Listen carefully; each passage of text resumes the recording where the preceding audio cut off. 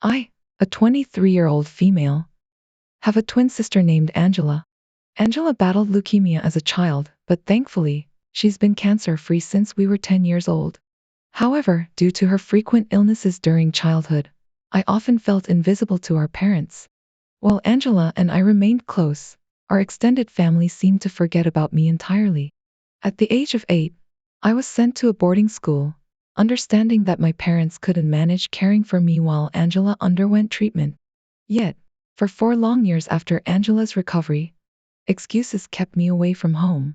Finally, at the age of 14, I returned home, but the separation had taken its toll. I became withdrawn and spent most of my time alone in my room. Although I maintained occasional contact with Angela, our bond had weakened during our time apart. Recently, while at my parents' house with my boyfriend, my parents shared a photo album featuring Angela and me as children. However, there were hardly any photos of me beyond the age of 2. When my boyfriend inquired about additional albums to see my growth over the years, my mom dismissively suggested he look at Angela's photos since we're identical twins. This insensitive remark sparked anger within me.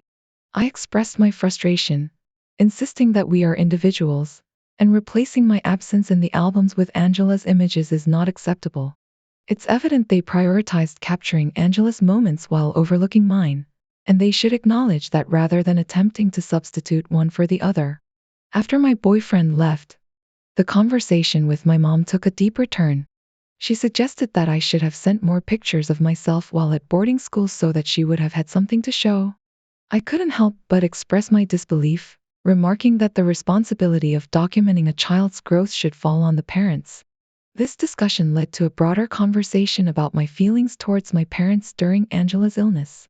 My mom confessed feeling as though my earlier comments reflected resentment towards her and my dad for the period they dedicated to caring for Angela. I acknowledged that there is indeed some resentment, particularly concerning the 4 years it took for them to bring me back home after Angela's recovery. In response, my mom explained their reasoning, claiming they believed I was well settled and experiencing a positive childhood at the boarding school. This revelation shocked me, and I couldn't help but question her perception, asking if she was delusional to consider a boarding school experience as equivalent to a happy childhood at home. This confrontation left my mom in tears, and my dad expressed anger at me for upsetting her over something that occurred so long ago. He argued that I wouldn't understand the difficulty of their decisions until I became a parent myself and urged me to apologize to my mom. While I admit my tone may have been harsh, I stand by my assertion that my parents failed to understand the impact of their decisions on my childhood. Am I the one at fault here? Absolutely not. It's clear that my parents never truly considered my feelings or experiences during that time, demonstrating a profound ignorance about my childhood that leaves me wondering. It's apparent that emotionally, my parents felt they didn't miss out on anything by essentially having the same child at home. This dynamic, where one child is favored over another, often leads to troubling consequences in the future. Parents who ignore or neglect one child while focusing solely on the favored one might expect the neglected child to fulfill their needs in old age, only to discard them into a care facility without a second thought. Your observation about your parents already having essentially the same child at home before they sent you to boarding school is crucial. It suggests a long-standing pattern of favoritism that predates your time away. This favoritism is further evidenced by the disparity in photos and attention given to you compared to your twin sister. Have you considered seeking therapy to address these feelings and experiences? Talking to a professional can provide valuable insights and support, helping you navigate the complexities of your family dynamics without allowing them to dictate your sense of self-worth or identity. Don't allow your family to push you around or invalidate your feelings. Your experiences are valid, and you deserve to be heard and understood. If and when you become a parent yourself, you may find yourself reflecting on how your parents treated you and wondering how they could have made such decisions. Your mom's tears may indicate a realization of the truth in your words. It's essential for her to confront this discomfort and acknowledge the impact of her choices on your life. Indeed, why did they keep you at boarding school for 4 years after your sister's recovery, when the burden of care had lifted? This is a question your dad needs to grapple with as well. Your candid conversation with your mom was a pivotal moment, forcing her to confront the reality of your experiences and the consequences of their decisions. It's crucial for both your parents to acknowledge the harm caused and take responsibility for it. Reflecting on my own experiences, I can relate to the complexities of family dynamics and the lasting impact of parental decisions. My parents, too, had their quirks, such as giving my siblings and me nature-themed names, with my sister being named Ocean. These unique aspects of our upbringing shape who we are, but they do not define us entirely. We have the power to confront our past, heal from it, and chart our own paths forward, regardless of the challenges we faced along the way. My name is Cove, and my brother goes by River. Our parents wanted our names to share a theme without being too matchy-matchy, hence why they chose them. They used to tell us the story behind our names when we were younger, and they seemed proud of the choices they made for us. However, as we all found ourselves stuck at home together, my parents started to express regret about the names they gave us. One evening during dinner, they confessed their regret to us, apologizing for saddling us with the names we had. A few months later, they approached us with the idea of changing our names to Elizabeth, James, and Michael, respectively. They argued that since we were still kids and not yet in college, nor did anyone have a driver's license, it would be the ideal time for a change. However, none of us were on board with the idea of changing our first names. Despite our objections, my dad delved into the legalities of name changes and found that the process was not straightforward, especially for older children. Nevertheless, my parents persisted, attempting to proceed with the name change anyway. Unfortunately for them, the authorities refused their request, and they were met with a resounding no when asked if we wanted different names. Following this rejection, my parents continued to bring up the topic frequently, especially with my brother. He questioned why they wanted to name him Michael, expressing his dislike for the name. They defended their choice, citing it as timeless and suggesting various nicknames, but my brother remained adamant in his refusal. Undeterred, they proposed the name Charles as an alternative, but my brother rejected that suggestion as well. It seemed as though our parents were fixated on my brother, perhaps because he had initiated the conversation about our names. They viewed him as the most receptive to change, but none of us were swayed by their persistence. In response to their insistence, I reminded my parents that while I understood their regret, we had grown accustomed to and even liked our names. We saw no reason to adopt more conventional names just to conform to societal norms.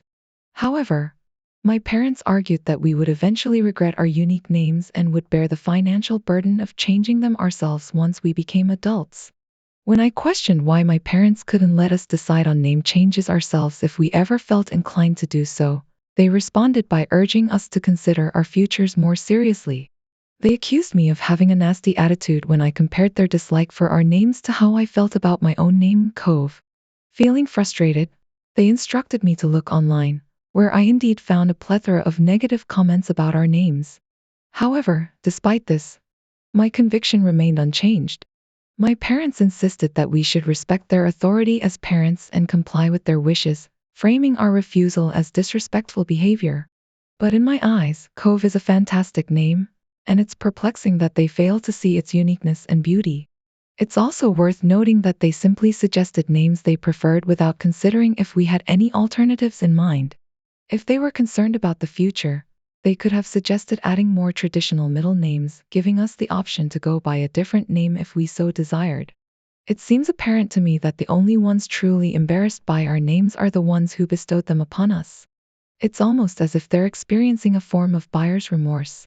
My own mother chose to name my sisters and me after various plants and trees, resulting in equally unusual names.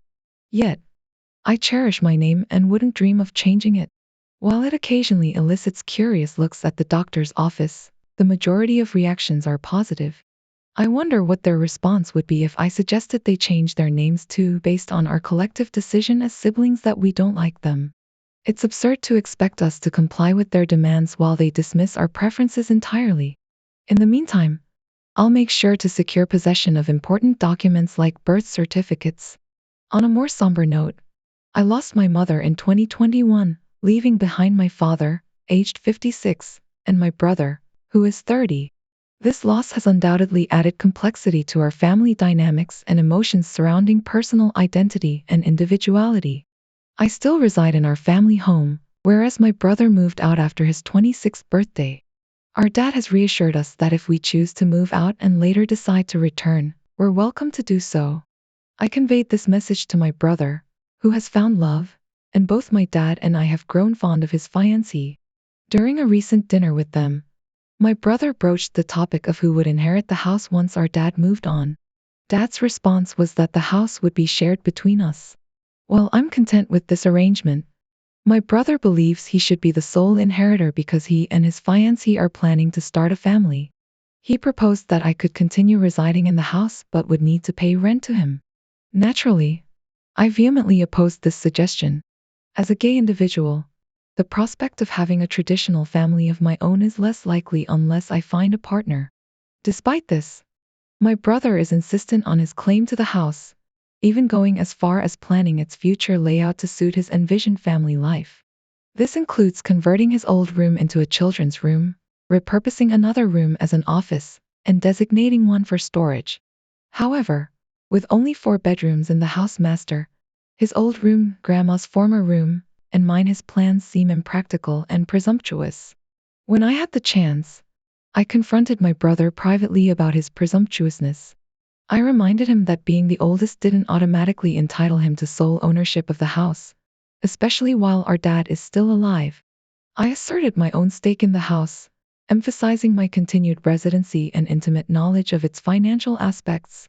However, my brother remained steadfast in his belief that his plans for a future family granted him greater entitlement to the house. In my opinion, my brother's behavior is selfish and inconsiderate.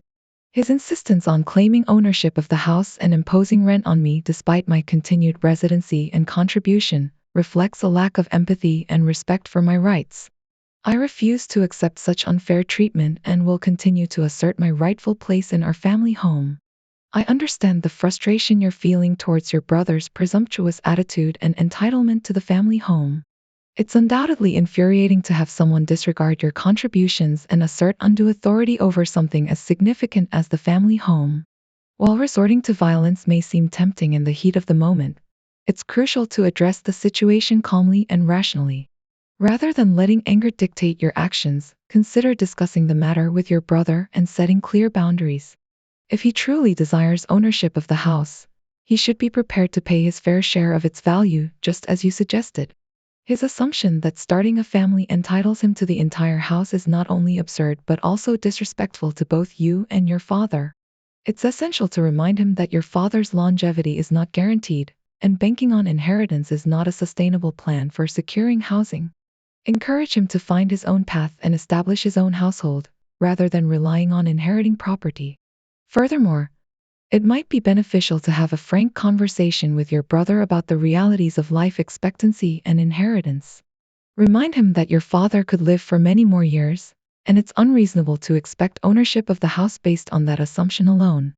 As for your children, I empathize with your disappointment in their lack of communication and engagement. It's understandable to feel hurt by their apparent disregard for your efforts as parents. While they are adults now, a simple gesture like reaching out occasionally to check in would mean a lot to you and your wife.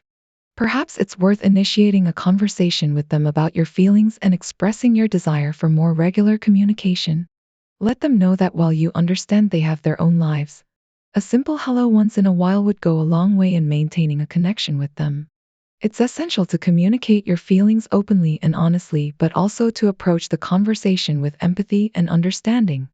The decision to plan a dinner and extend invitations to your children in hopes of rekindling a sense of familial unity is a noble gesture. However, their collective disregard for your invitations has left both you and your wife feeling devastated.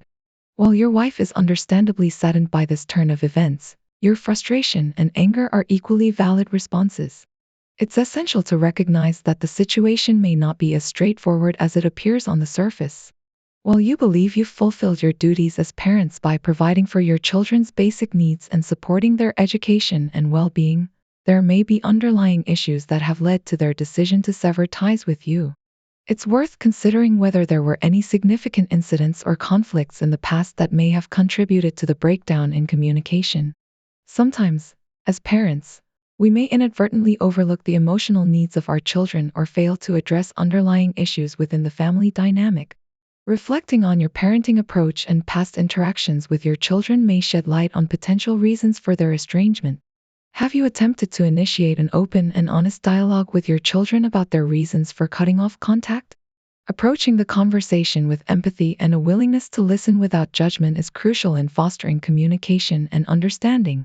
Expressing your genuine desire to reconnect and rebuild your relationship may encourage them to share their perspectives and feelings. Furthermore, it's important to consider the dynamics of your relationships with your children's significant others. Excluding them from family gatherings or failing to acknowledge and respect their presence can create tension and resentment within the family unit.